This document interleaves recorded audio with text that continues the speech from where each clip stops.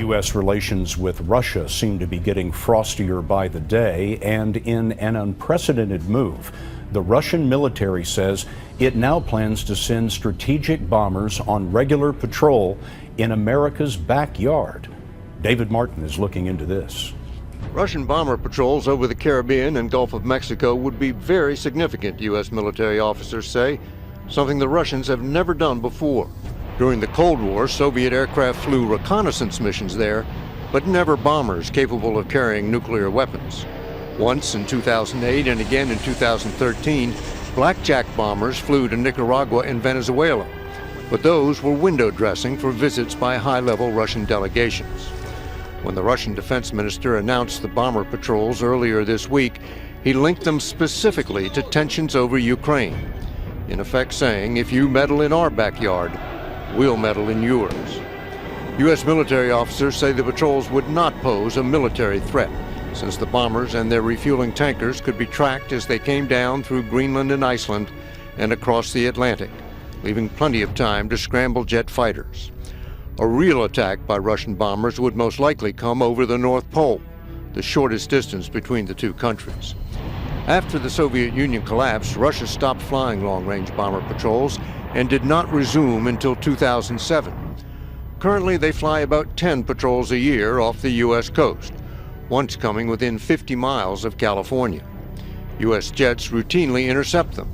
There's no law against it, so long as the bombers don't enter U.S. airspace.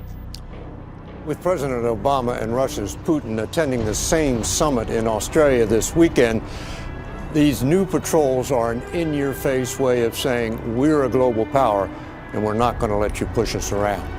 We're going to breaking news now. These pictures are just in of President Barack Obama's car arriving in Brisbane ahead of the G20 Leaders Summit. Nicknamed the Beast, it's designed to withstand a rocket attack.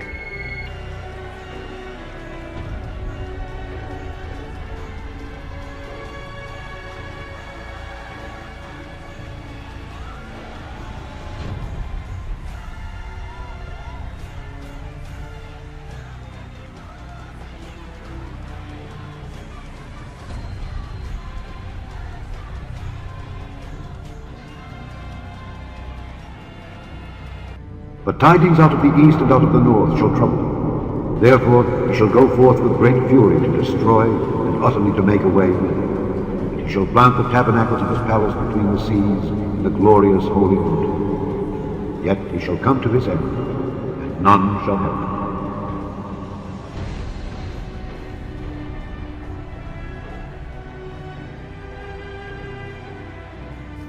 From Scripture we learn of the miracle of restoration.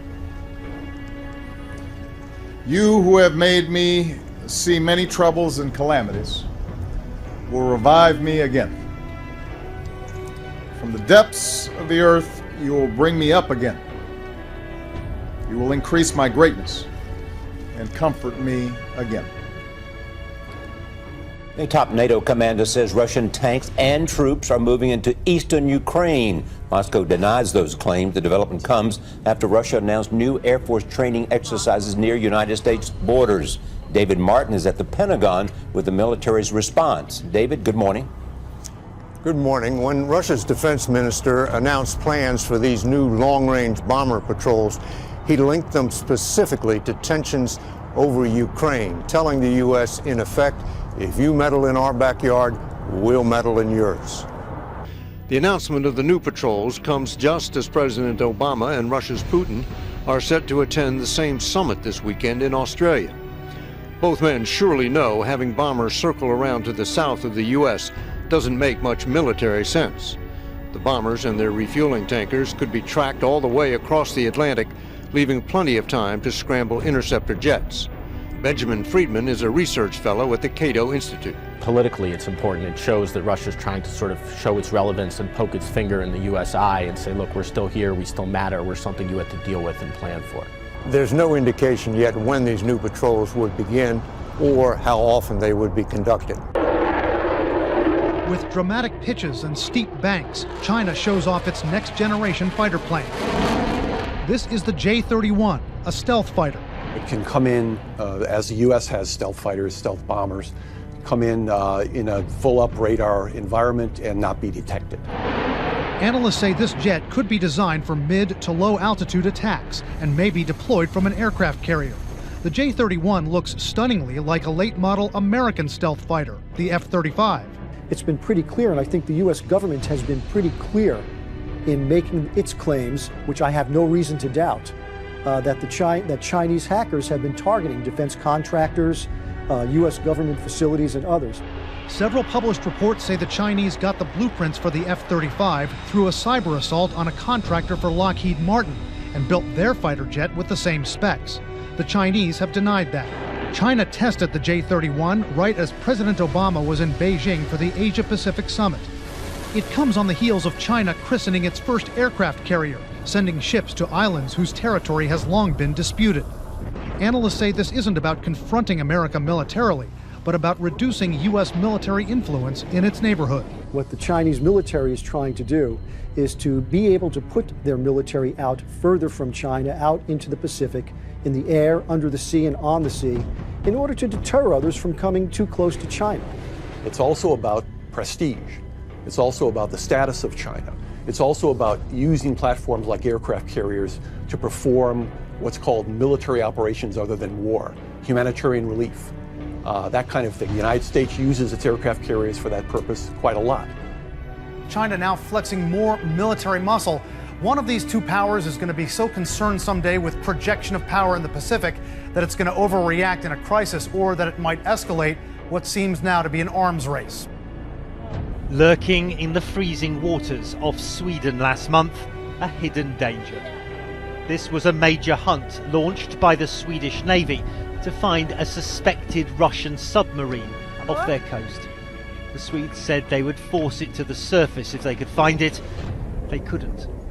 But it's one of a growing number of potentially explosive incidents that one London-based think tank says is putting the Kremlin on a collision course with the West. Our report singles out 11 serious incidents. Here we are talking about the aircrafts flying really close to each other. We are talking about harassment of warships. We are talking about simulated attacks conducted by the Russian fighters against targets in Sweden, Denmark, and the United States. The report, called Dangerous Brinkmanship, says a mix of more aggressive Russian posturing and readiness of Western forces to show resolve is increasing the risk of escalation. As well as the 11 serious incidents, the report also details 3 high-risk ones, which in its view carried a high probability of causing casualties. One was the submarine search, another was a narrowly avoided collision between an SAS civilian airliner taking off from Copenhagen and a Russian reconnaissance plane. SAS have confirmed to CNN the incident took place last March.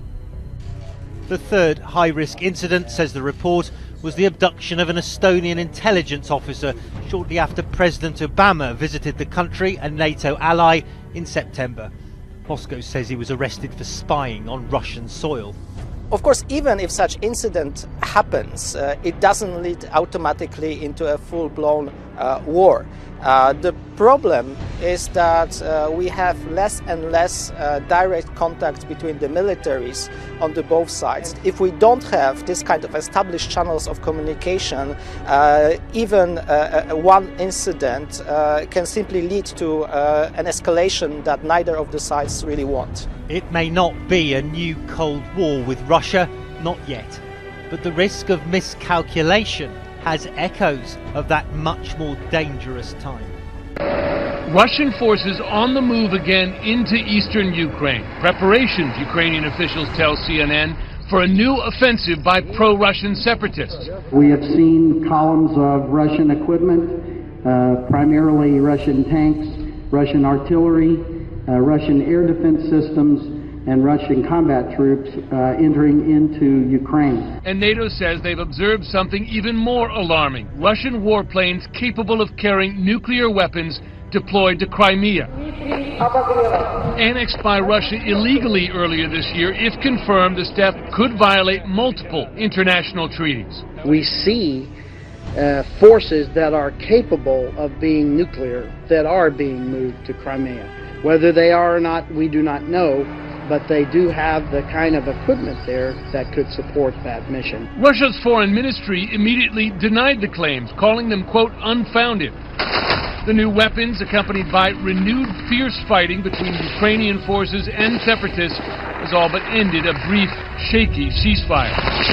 Expressing alarm in both public and private, Ukrainian officials say they are now preparing to fight. We expect unexpected actions from them. I see it as our main task to prepare for military action. Today, at a UN Security Council session on the situation in Ukraine, Ambassador Samantha Power condemned Russia's actions. Russia has negotiated a peace plan and then systematically undermined it at every step. It talks of peace, but it keeps fueling war.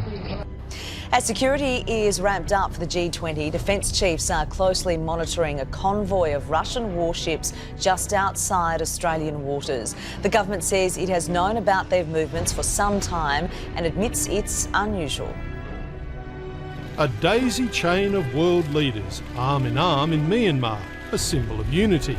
But Tony Abbott at one end and Russian Prime Minister Dmitry Medvedev at the other, a symbol of division, as a group of Russian warships steams closer to Australia. Certainly it is unusual for Russian naval elements to be in Australian waters. Unusual, not entirely unprecedented, but unusual. Defence sources say the 4 Russian ships led by the guided missile destroyer Varyag are moving south-southeast, skirting Australian territorial waters. The frigates HMAS Stuart and HMAS Parramatta are flanking them, and P3 Orions are flying regular sorties from Townsville, tracking their movements. That's what we do. When warships are approaching Australia, we keep them well monitored. A Russian embassy spokesman said they would not enter Australian waters. We stick to the rules, nobody wants conflict. He described it as a routine exercise, but an admission. Your reaction is not that surprising because we do rarely go this way. Russia is entitled, as any other country is entitled, to traverse international waters. Is it a show of force? Well, it's a significant country with a significant navy. I don't think we should play the Putin game of engaging in his stunts. This naval display is obviously timed for the weekend's G20. Tony Abbott says it would have been months in the planning, but the Kremlin's confirmed the flotilla left Vladivostok on October 23, 10 days after Tony Abbott threatened to shirt front Vladimir Putin. Let's not forget that Russia has been much more militarily assertive in recent times. Like sending nuclear submarines to Scandinavia, warships off Crimea, troops crossing into Ukraine, long-range bombers flying over Central America, and now its Pacific Fleet skirting Australian waters. I think the rest of the world is watching closely what Russia does because there is an element of unpredictability about it. And this week, the world's watching the G20 in Brisbane. This is a rare view inside the fighting in eastern Ukraine. A gun battle at the airport in Donetsk. Then a rebel tank fires and destroys a Ukrainian military position. These are Ukrainian forces battling separatists armed and supported by Russia. And now more Russian heavy weapons are on the way. New images of Russian military vehicles and artillery rolling into Ukraine. Ukraine's president says his country has lost control of its eastern border. The Ukrainian-Russian border, under independent monitoring, is repeatedly crossed by the Russian regular forces. Now, those same Russian forces say NATO's supreme allied commander are firing at drones from the International Observer Mission. Reiterating Moscow's frequent denials, today the Russian Foreign Ministry spokesman said no Russian forces of any kind are in Ukraine. There are no military forces or any military movement across the border. And moreover, there is no presence of our troops in the territory of Ukraine. On the map, you can see how Russia has, in effect, now occupied territory inside eastern Ukraine. It's this area here that is under the control of pro-Russian separatists. I'm going to show you here, these are positions of Russian weapon systems as identified by Ukrainian authorities. You can see missile launchers here, tank divisions, and then these troop divisions along the border are what U.S. officials say are 8,000 to 9,000 Russian troops positioned along the border. And that border here, the red area here, is in effect controlled by Russian authorities. And just to place it, this here is where U.S. officials say that Russian-supplied missiles shot down the Malaysian airliner MH17. We begin with growing Russian military activities across the globe. Russia now says it plans to launch long-range bombers on regular patrols from the Arctic onto the Caribbean and Gulf of Mexico. Moscow is also sending a convoy of warships towards Australia. The European leadership has detailed more than 40 major breaches by Russia in the past 8 months. Now, Russian President Vladimir Putin may have some explaining to do as he goes into the G20 summit in Australia. Needless to say, his interaction with other world leaders will be closely watched, as it was at this week's APEC gathering in Beijing. CCTV's Tom Barton reports. President Barack Obama and Vladimir Putin's public interactions display little warmth these days. Their awkward contact at APEC will be quickly followed up thanks to the G20. The build-up to the meeting has been stormy, with rumours and suggestions that Russia either shouldn't be allowed to go or might not turn up. I say with sadness that there's no purpose in being there. Australian Prime Minister Tony Abbott, whose country is hosting the G20 meeting, has pulled back from his talk of shirt-fronting or knocking Putin to the ground, but has said he will have a robust conversation about what he calls the murder of 38 Australian citizens on board flight MH17, which Western governments accuse pro-Russia militants of shooting down in July. From Prime Minister Abbott to President Obama and others, diplomats and journalists will be watching intently for more signs of the chill that has come between Russia and the West. In March, Russia was thrown out of the G8 group of nations for annexing Crimea. But in Moscow, the position of Western powers is seen as counterproductive. I think that if the G8 or the G20 wants to work fully and have influence and have a wide ability to cover problems and solve problems, they need to have dealings with Russia. If these groups turn towards pressure, we're not interested in taking part. President Obama insists Russia has been supporting militants in eastern Ukraine and says it must stop. But President Putin shows little sign of wanting to acquiesce to the West or show weakness in the face of sanctions. Tom Barton, CCTV, Moscow. Wolf, this is about Russia's risky, calculated pattern of aggression toward the U.S. and its Western allies. There have been multiple incursions close to U.S. airspace this year. Recently, a Russian military plane came within 50 miles of the California coast. Some of these encounters have come within a razor's edge of causing serious casualties. A dangerous maneuver. A Russian jet fighter buzzes right in front of a U.S. Air Force surveillance plane, within about 100 feet of the nose, a move which U.S. officials said endangered the American crew. Another incident. A Russian military aircraft comes within 50 miles of the California coast, the closest in years. Get ready for more. Russia's defense minister says his military is about to send long-range bombers to patrol near American coastlines. You're going to have bombers coming in this direction from Russia. You're certainly going to have longer-range bombers coming down this coast almost certainly, and you're also going to have bombers coming down this coast, and he also mentioned in particular flying in the Gulf of Mexico. So we're talking about ringing the United States with the exception of the Canadian border. The Russian planes likely won't fly inside U.S. airspace within 14 miles of the coasts, but U.S. officials call the action provocative and destabilizing. Russia's defense minister says it's a response to aggression near its border with Ukraine. This is a rationalization by Russia, and in particular by President Putin, to strengthen his appeal with his nationalist base. Russia's aggression playing out around the globe. A Scandinavian passenger jet nearly colliding with a Russian surveillance plane. One incident right out of a Tom Clancy novel. In waters near Stockholm, a mysterious underwater vessel makes an emergency call in Russian. It triggers the largest submarine hunt off Sweden since the Cold War. All these incidents have taken place since Russia invaded Crimea in February. More than 40 close military encounters in that period, according to one European report. Analysts say this is one man, Vladimir Putin, flexing his muscle, desperate to restore Russia's Cold War power. Putin is personifying as the tough guy the image of Russia that he wants to present and those around him want to present now, of a Russia that will not back down, of a Russia that will take on the West, and in fact of a Russia that will take on anybody. Take a look at these black dots that we're showing here. This report says 40 encounters between the Russians and other nations over the past 8 months have rattled nerves and raised tensions to a Cold War level. You mentioned that close call that Jim mentioned as well between a passenger jet and a Russian jet along in here. But there are many others from the Russians. This report says they staged a simulated bombing attack on a Danish island. A Russian jet made threatening maneuvers toward a U.S. reconnaissance plane, including showing that it was fully armed with missiles. Russian planes have buzzed ships. And they even, out in this area, practiced a cruise missile strike within range of New York, Washington, and Chicago. Jake? And Tom, how close have any of these incidents been to the United States or American troops? Well, if you look up here on the northern part, you're near Alaska and Canada. In September, 6 Russian jets were spotted up in this area. Russia is suggesting it will have full radar surveillance of this area by year's end. That is not really that uncommon up there. But in June, 4 Russian planes were coming down along the coast here within 200 miles.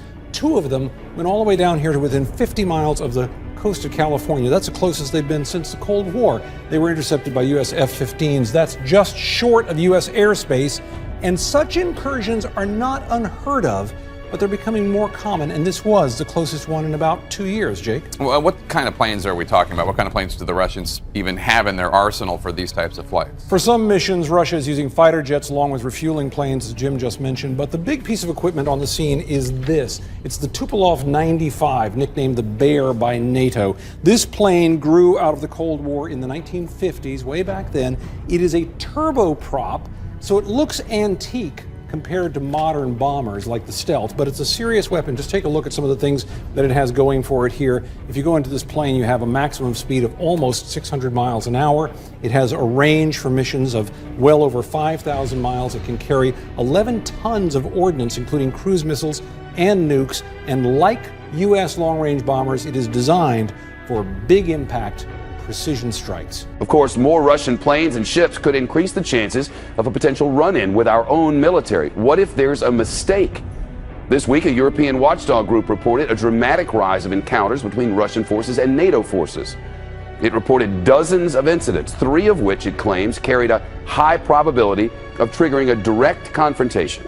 One of them a reported near crash between a Russian spy plane and a passenger jet.